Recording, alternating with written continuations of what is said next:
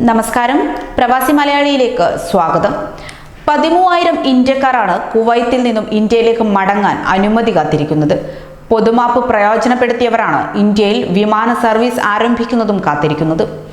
പൊതുമാപ്പ് ഉപയോഗപ്പെടുത്തിയ ഇന്ത്യക്കാരെ കുവൈത്ത് താമസവും ഭക്ഷണവും ലഭ്യമാക്കി രാജ്യത്തെ നാടുകടത്തൽ കേന്ദ്രങ്ങളിലാണ് നിലവിൽ പാർപ്പിച്ചിട്ടുള്ളത്. മലയാളികൾ ഉൾപ്പെടെയുള്ള ഇന്ത്യക്കാരാണ് ഇക്കൂട്ടത്തിലുള്ളവർ. ഇന്ത്യയിലേക്ക് വിമാന സർവീസ് നടത്താൻ അനുമതി ലഭിക്കുന്നതോടെ സൗജന്യമായി ഇവരെ നാട്ടിലെത്തിക്കുമെന്നാണ് കുവൈത്ത് സർക്കാർ അറിയിച്ചിരുന്നത്.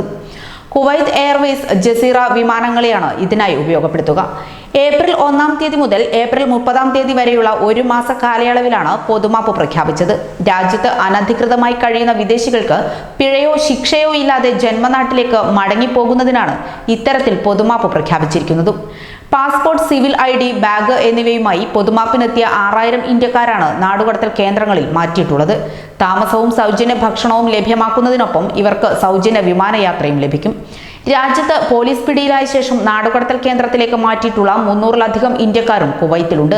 ഇവരെ കുവൈത്ത് എയർവേസിന്റെ വിമാനങ്ങളിൽ ഇന്ത്യയിലെത്തിക്കാനുള്ള ശ്രമം കൊറോണ വ്യാപനത്തെ തുടർന്ന് അവസാന നിമിഷം പരാജയപ്പെടുകയായിരുന്നു. ഇന്ത്യൻ സർക്കാരിന്റെ അനുമതി ലഭിക്കാത്തതിനെ തുടർന്ന് പിന്നീട് ഈ നീക്കം ഉപേക്ഷിച്ചു.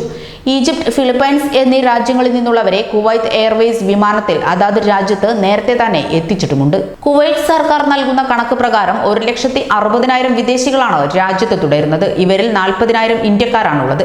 1,60,000 പേരിൽ 25,000 പേരാണ് പൊതുമാപ്പിന് അപേക്ഷിച്ചിട്ടുള്ളത്. അതേസമയം 1,35,000 പേരും പൊതുമാപ്പ് സംവിധാനം ഉപയോഗപ്പെടുത്താതെ രാജ്യത്ത് രഹസ്യമായി കഴിഞ്ഞു വരികയാണെന്നും സർക്കാർ ചൂണ്ടിക്കാണിക്കുന്നു. എന്തായാലും സ്വന്തം നാടണയാനുള്ള പ്രവാസികളുടെ കാത്തിരിപ്പിന് വിരാമമിടാൻ ഇനി കേന്ദ്ര സർക്കാരിനെ സാധിക്കൂ. കേന്ദ്രത്തിന്റെ അനുമതി കാത്ത് നാടുകടത്തൽ കേന്ദ്രത്തിൽ കഴിയുകയാണ് മലയാളികളടക്കമുള്ള നിരവധി ഇന്ത്യക്കാർ. കൂടുതൽ പ്രവാസി വാർത്തകൾക്കായി ഈ ചാനൽ സബ്സ്ക്രൈബ് ചെയ്യുക.